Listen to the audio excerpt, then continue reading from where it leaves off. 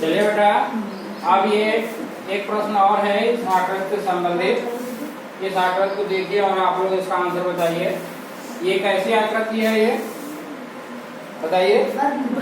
वर्ग। कैसी आकृति है? वर्ग। चाहे आप एक ये पूरी आकृति को देखिए, ये भी आपको एक वर्ग के रूप में दिखाई देगा। चाहे इसके अंदर कोई एक आकृति ले लीजिए, वो भी आपको क्या है? वर्ग के रूप में दिखाई देगा। देख रहे हैं, अगर ये पूरी बड़ी आकृति ले रहे हैं तो इसकी लंबाई कितने दे रखा है? 2 सेंटीमीटर। और चौड़ाई कितने दे रखा है? 2 सेंटीमीटर। तब भी ये क्या है? आपका ये आकृति है। यहाँ पे इसकी लंबाई चौड़ाई दोनों क्या है? बराबर है। 2 सेंटीमीटर लंबाई और 2 सेंटीमीटर चौड़ाई। ठीक है ना? तो इसमें क्या कह रहा है? आकृति में कुल कितने भाग हैं? इसमें कितने भाग हैं आकृति में? 4। कितने हैं? 4। Very good. तो इसका आंसर हो जाएगा 4। समझिए सभी। फिर दूसरा प्रश्न है, प्रत्येक भाग की कितनी भुजाएं हैं?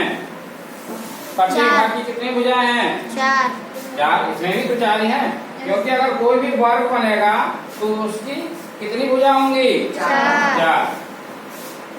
तो यहाँ पर आंसर इसका लिखिए 4। ठीक। तीसरा प्रश्न देखिए, प्रत्येक भाग के भुजा लंबाई और चौड़ाई में क्या संबंध है? यहाँ पर भी वही चीज है। इसकी लंबाई और चौड़ाई क्या है? बराबर है।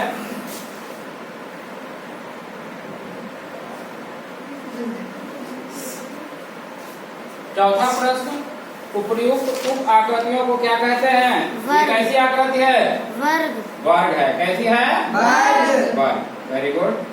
इसका मतलब अब आप लोगों को समझ में आ गया। समझ गए? अगर इस तरीके की आकृति जहाँ भी दिखाई दे, जहाँ पर लंबाई और चौड़ाई बराबर हो, तो वो कैसी आकृति होगी?